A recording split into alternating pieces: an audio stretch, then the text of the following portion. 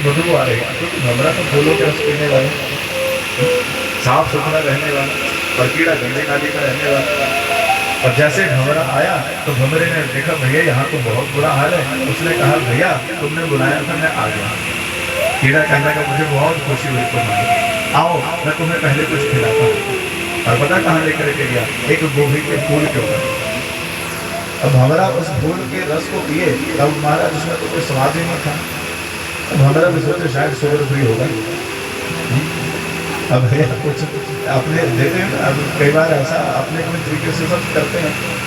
भाई साहब आप ये चेक करके देखो, आपको अच्छा लगेगा। तो भंवरे में भी उस गोभी के रस का अब आनंद क्या लेना था हमारा, दूसरे को कोई स्वाद भी ना आया। जो फूलों के रस को पीने वाला, उसको गोभी के फूल का क्या रस आया।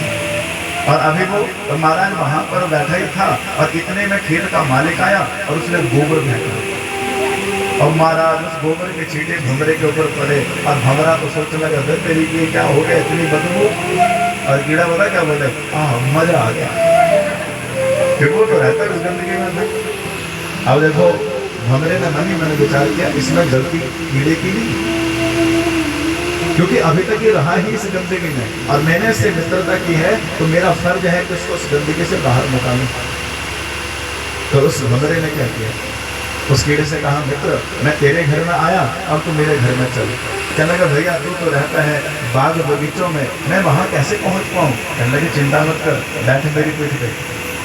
और कीड़े को पीठ पर बिठाया और उड़ता उड़ता एक गुलाब के बगीचे में लेकर के गया और एक गुलाब के फूल के ऊपर कीड़े को छोड़ दिया।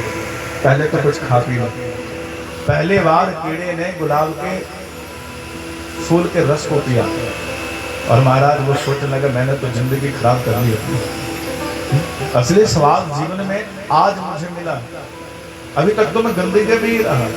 और महाराज अभी वो उस फूल का रस पी ही रहा था, इतने में कोई प्रभु प्रेमी आया और उस फूल को तोड़ा और जाकर के भगवान के चरणों में चढ़ा दिया।